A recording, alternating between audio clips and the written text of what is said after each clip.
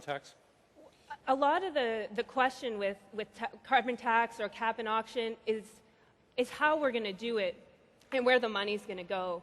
Because we all know that taxes are not all created equal. Some taxes, like sales taxes, really affect poor people a lot more, whereas income taxes can be graded by income.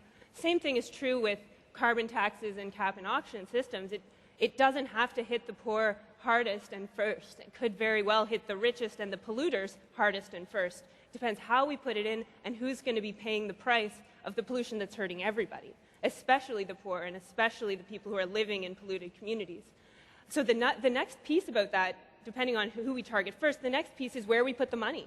Are we going to put the money into making a transition for affected communities, or are we going to put the money into supporting the same oil companies that have been developing these technologies and polluting our environments already? So where we put the money and who we tax first are really the most important questions. But the carbon tax, as it's been, as it is out there in the sort of zeitgeist right now, is a flat tax, though, right?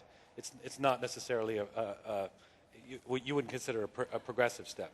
So the carbon tax in BC, I live in Vancouver, one of the reasons it's been really criticized and one of the ways it could be really improved is that it's more of a sales tax, it's on everything, but the money that's brought in goes right back into general coffers. It doesn't go into investments in rail, it doesn't go into investments for low-income homeowners to be able to upgrade their homes, it doesn't go into transit pass subsidies for low-income workers.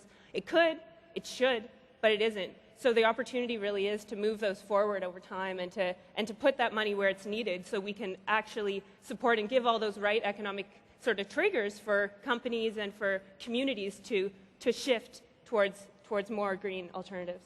Let me stick with carbon for a second. Dale, if we put a price on carbon, are we going to tax energy-intensive industries like steel and pulp and paper out of business and send production to Asia?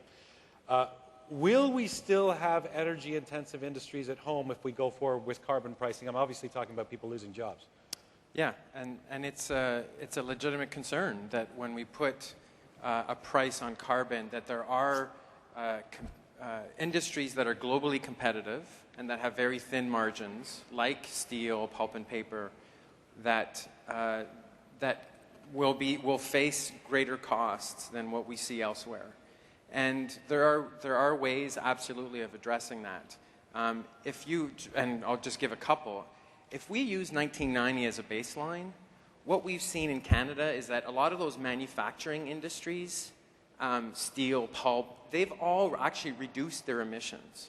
Those should be taken into account. That should be taken into account. So moving the baseline from 1990 to 2006 actually hurts those manufacturing industries, those ones we want to keep here. And who it helps are companies that are operating in the tar sands. So we have to make sure that we use 1990 as a baseline so that those industries that are globally competitive and that do have significant energy needs aren't hurt and don't benefit from the actions they've already taken.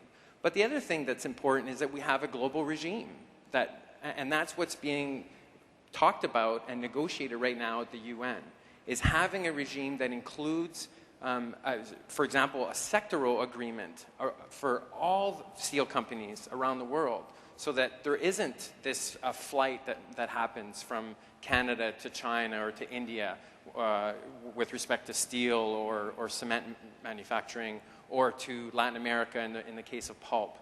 We have to ensure that agreement doesn't involve manufacturing industries relocating, because that won't solve the problem. All it'll do is lead to job losses here in Canada. Well, not just